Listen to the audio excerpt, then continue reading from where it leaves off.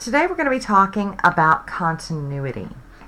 Continuity is, if the function is smooth, connected, no jumps, no holes, no asymptotes, nice and pretty, which we can tell this one really isn't.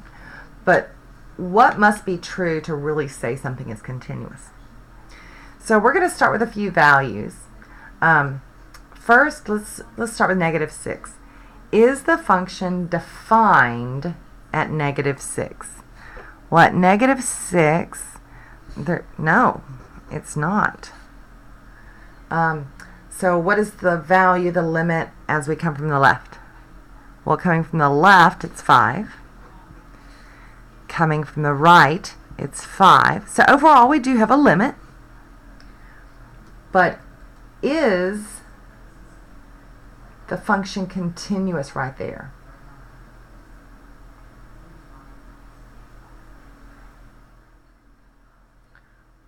Well, no, it's not. It's not defined right there. It's okay. So let's go to the next one. So just having a limit doesn't mean it is. So let's see, -3. We go -3. It is defined. F of -3 is 2. What is the value, the limit, coming from the left side? What's 2? Coming from the right side, ooh, it's -4. So what is the overall limit? There's not one. Is it continuous right there? Well, no. We have a break. Look at 0. When x is 0, we do have a defined y value. It's -1. Now our limit, as we come from the left, is -1. As we come from the right, it's -1. So overall, we do have a limit there. Is it continuous there?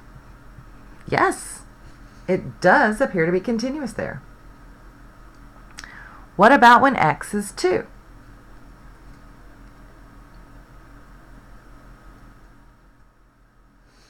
Is it defined at 2? Well, no, there's a vertical asymptote there. What is the value, the limit, from the left side? Well, that's positive infinity. From the right side, what is the limit? Does not exist. Is it continuous there? No. X equals 6. Is it defined? Yes. F of 6 is 1. What's the limit from the left side? 4. What's the limit from the right side? It's going to be a -2. Is there an overall limit? No. Is it continuous? No. X equals 8. Are we defined? Yes, we are. F of 8 is -4. What's the limit when we come from the left? It's -2. When we come from the right, it's -2. Is there a limit? Yes. But is it continuous? No.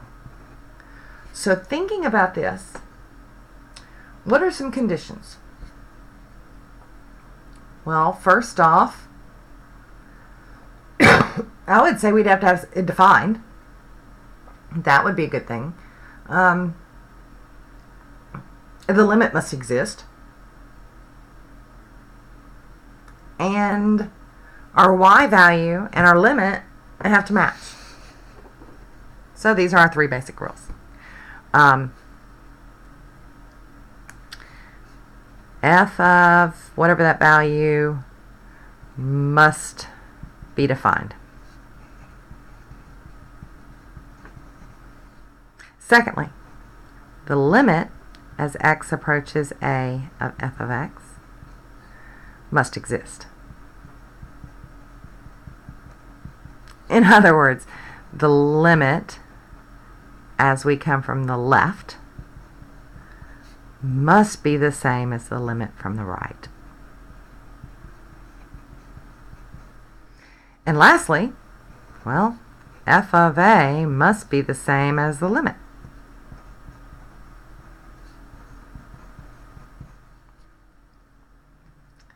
Those three conditions have to be true to truly say that we have a continuous function. Now you're telling me, I could just look at the graph. You don't always have a graph. But for a little bit, we're going to go with some graphs. All right, so we're going to use this definition to say if it's continuous or not at each of these 3 points. Now, when you're justifying something, you have to use all 3 conditions. So, first condition, number 1. This is g, so I would say g of negative 8. Is it defined? It is defined. G of negative 8 is 4. Number 2. Does the limit as x approaches negative 8 of g of x, does that exist? Yes, it does. It equals negative 5.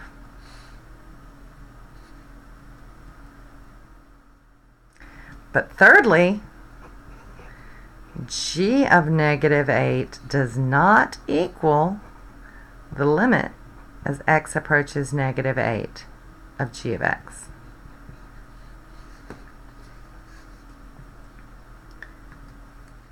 Therefore, g of x is not continuous at x equals negative 8.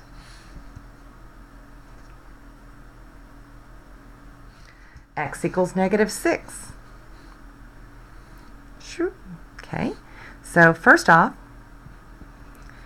g of negative 6 is defined.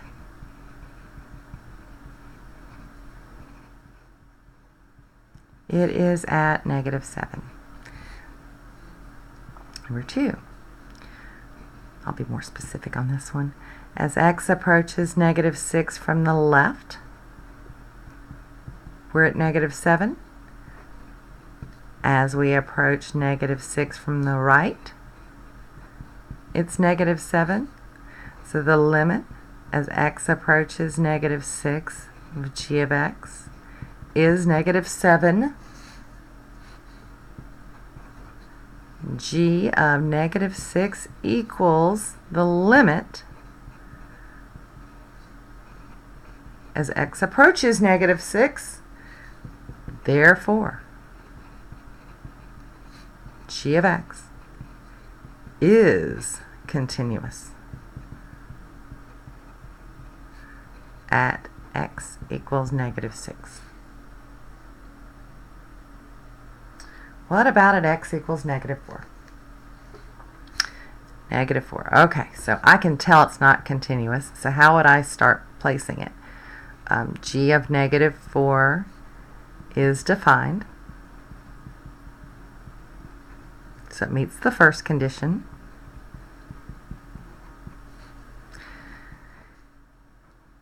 The limit as x approaches negative 4 from the left is negative 5. The limit as x approaches negative 4 from the right is not. It is negative 2. So, the limit as x approaches negative 4 does not exist. So do we need to keep going? No. G of x is not continuous at x equals -4. Could we have stopped if on the first condition it wasn't defined? Yeah, we could have. But following that process is very, very helpful. Especially when you don't have the picture. So we're going to start with condition 1.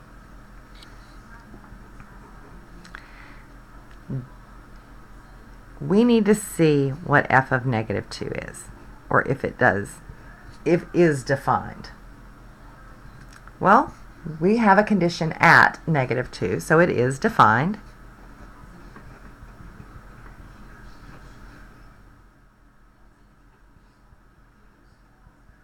When I plug it in, I get -6 plus 2, so f of -2 is -4. First condition is met. Now we need to check the second one. When you're given a piecewise function and we're checking limits, we look at, this is coming from the left, so this is less than -2, so this is going to be the left. So that's going to be the side we substitute into.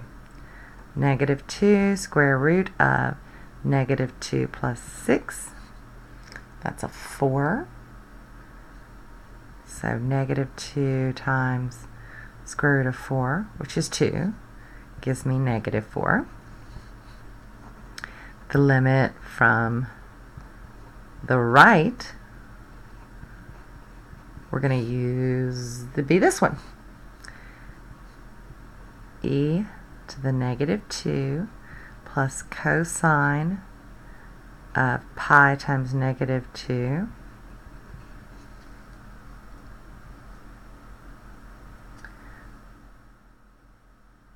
which that's going to be a 1.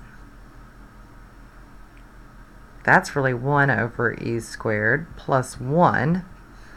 These don't match. The limit as x approaches -2 overall does not exist. Therefore, f of x is not continuous at x equals -2. You want to be as specific as possible in your explanations. Next one. Start with, are we defined at pi? We are. So g of x is defined at pi. G of pi is e to the pi tangent of 3 pi over 4, which is -1,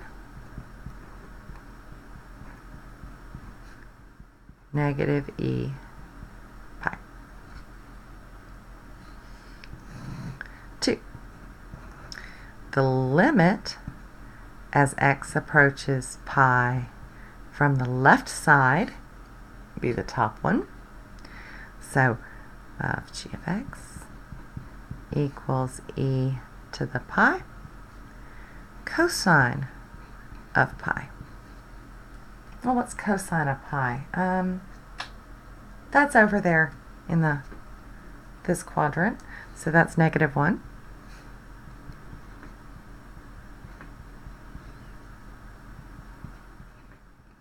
Oh, the limit as x approaches pi from the right would have been the same as plugging into this piece of the function, which we already did, which is -e to the pi. So the limit as x approaches pi from either direction is the same, and it's the same as our function value.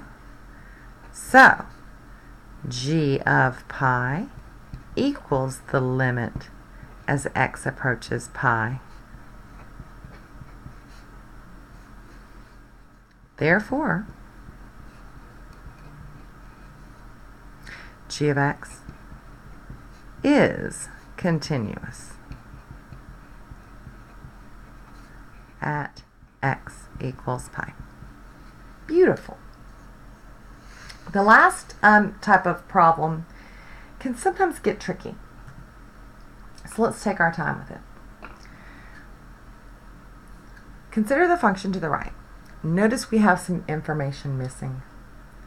So this makes it kind of interesting.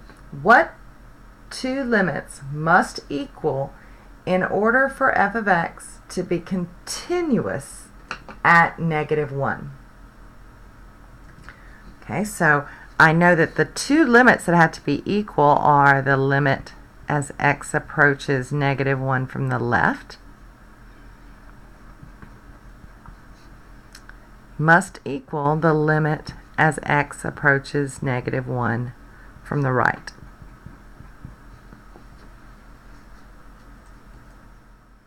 What must be true if we look at it being continuous at 3? What would be the limit as x approaches 3 from the left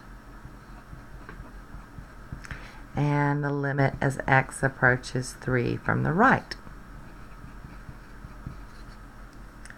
Determine the values of m and k so that the function is continuous everywhere. Ooh. Okay, so let's start with the top one. Okay, so if we're starting with -1, we want these two to be equal, right? Well, the left side would be looking up here, and we know that's going to be a 2.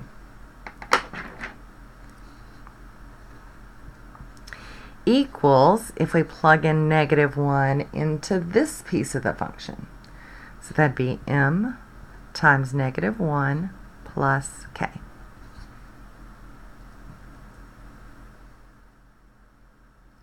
Okay, what about this part? Well, I know that on the left side that would be plugging into here. So that's going to be m times 3 plus k has to equal the right side, which is -2. So I end up with these two equations. I have 2 equals -m plus k, and -2 equals 3m plus k. So we could do several ways to solve this.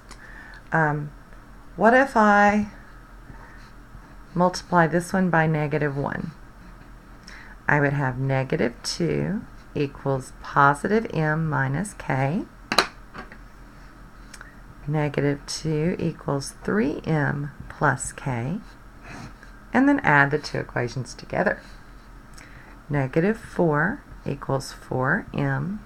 The k's divide out, so m is -1.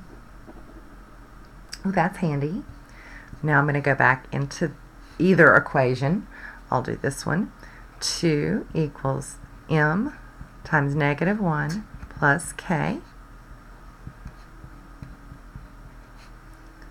So k is 1.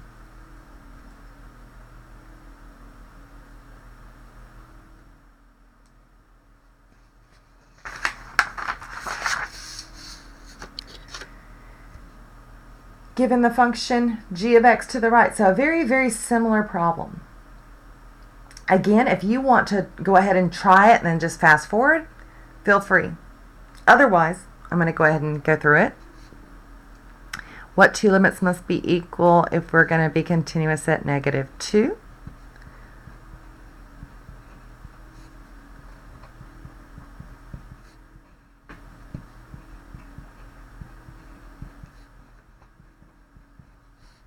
What two limits must be equal to be continuous at 3?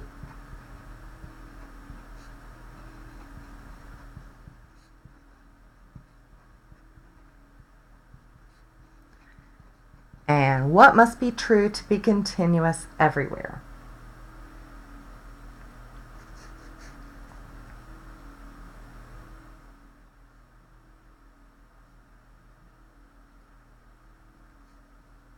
So I'm going to start with -2.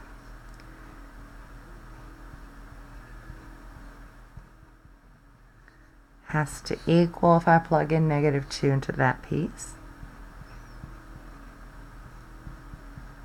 I'm actually going to do 2 separate colors here. Using 3, plug 3 into this piece and this piece.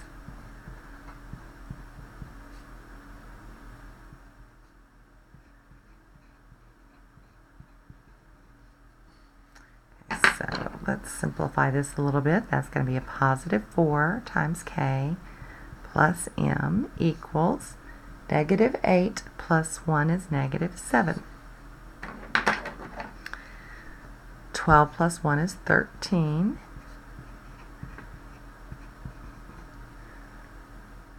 Let's rewrite that one as 3k minus m equals 13.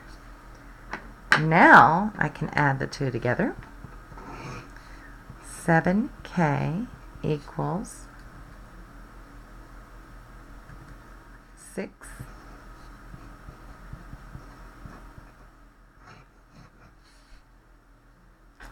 Let's see, it really doesn't matter which one I plug back into, but I kind of like this one.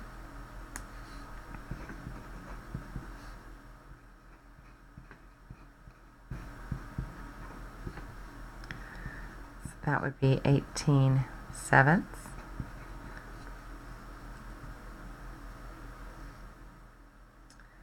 See, if I multiply by 7, that's going to be 91/7.